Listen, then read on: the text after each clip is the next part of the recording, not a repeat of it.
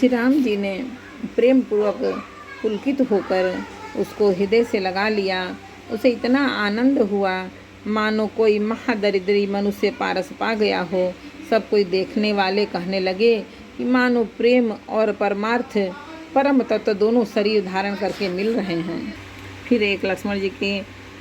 वह लक्ष्मण जी के चरणों लगा। उन्होंने प्रेम से उमंग कर उसको उठा लिया। फिर उसने सीता जी को चरण धूलि को अपने सिर पर धारण किया। माता सीता जी ने उसको अपना छोटा बच्चा जानकर आशीर्वाद दिया। फिर निषाद राज ने उसको दंडवत की। श्री रामचंद्र जी का प्रेमी जानकर वह उस निषाद से आनंदित होकर मिला।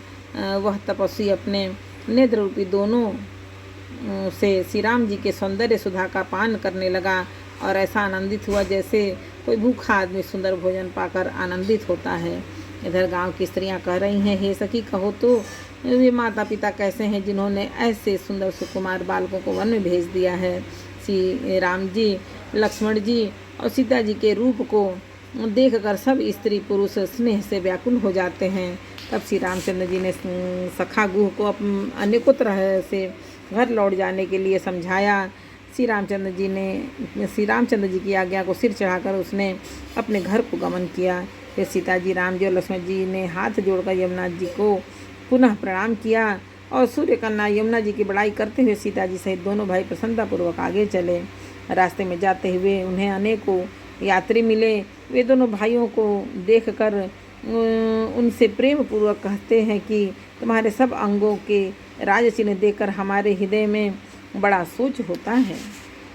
ऐसे राज चिन्हों के होते हुए भी तुम लोग रास्ते में पैदल चल रहे हो।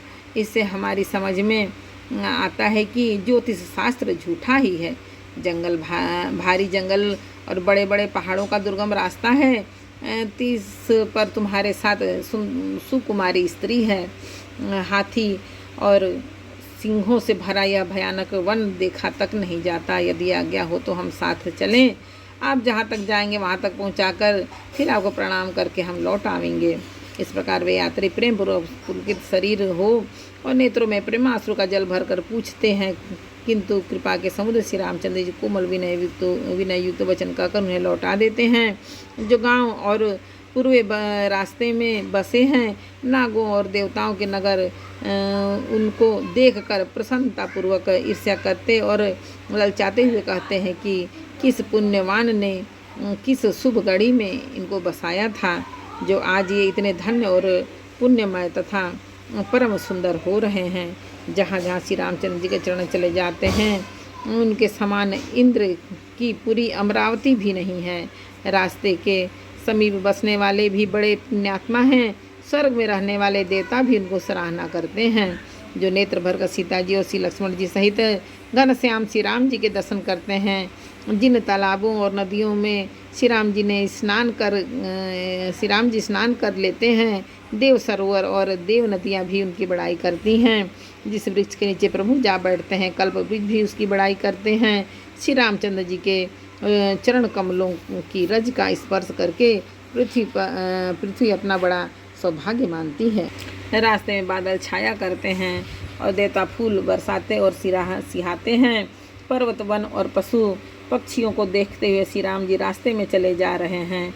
सीता जी और लक्ष्मण जी सहित श्री रघुनाथ जी जब किसी गांव के पास जा निकलते हैं, तब उनका आना सुनते ही बालक, बूढ़े, स्त्री, पुरुष सब अपने घर और काम काज को भूलकर तुरंत उन्हें देखने के लिए चल देते हैं। श्री राम, लक्ष्मण और सीता जी का रूप देखकर नेत्रों का परम फल पाकर वे सुखी होते हैं। दोनों भाइयों को देखकर सब प्रेम आनंद में मग्न हो गए। उनके नेत्रों में जल भर आया और शरीर पुलकित हो गए। उनकी दशा वर्णन नहीं की जाती, मानो दरिद्रों ने चिंतामणि की ढेरी पाली हो। वे एक दूसरे को पुकार कर सीख ले देते हैं कि इसी क्षण नेत्रों का लाभ ले लो।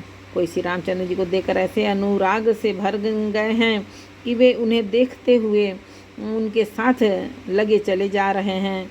कोई नेत्र मार्ग से उनकी छवि को हृदय में लाकर शरीर, मन और श्रेष्ठ वाणी से शिथिल हो जाते हैं, अर्थात उनके शरीर, मन और वाणी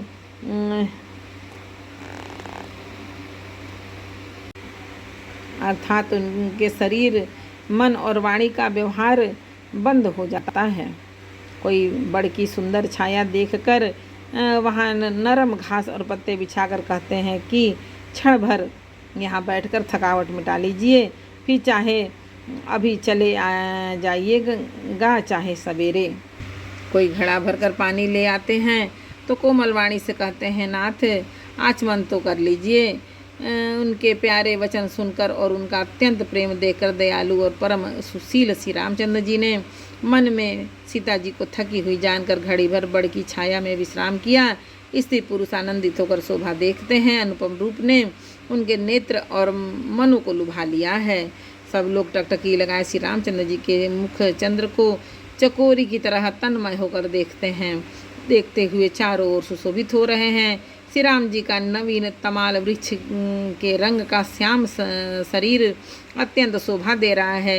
ये देखते ही करोड़ों कामदेव के मन मोहित हो जाते हैं।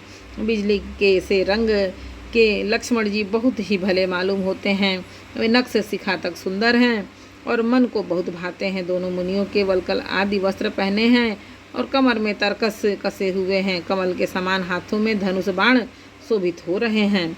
उनके सिरों पर सुंदर जटाओं के मुकुट है। वक्षस्थल, भुजा और नेत्र विशाल हैं और शरद पूर्णिमा के चंद्रमा के समान सुंदर मुखों पर पसीने के बूंदों का समूह शोभित हो रहा है। एक बार बोलो रामायण मैया की जय। श्री रामचरितमानस के अयोध्या कांड का 5वां समर्पण। जय श्री राम।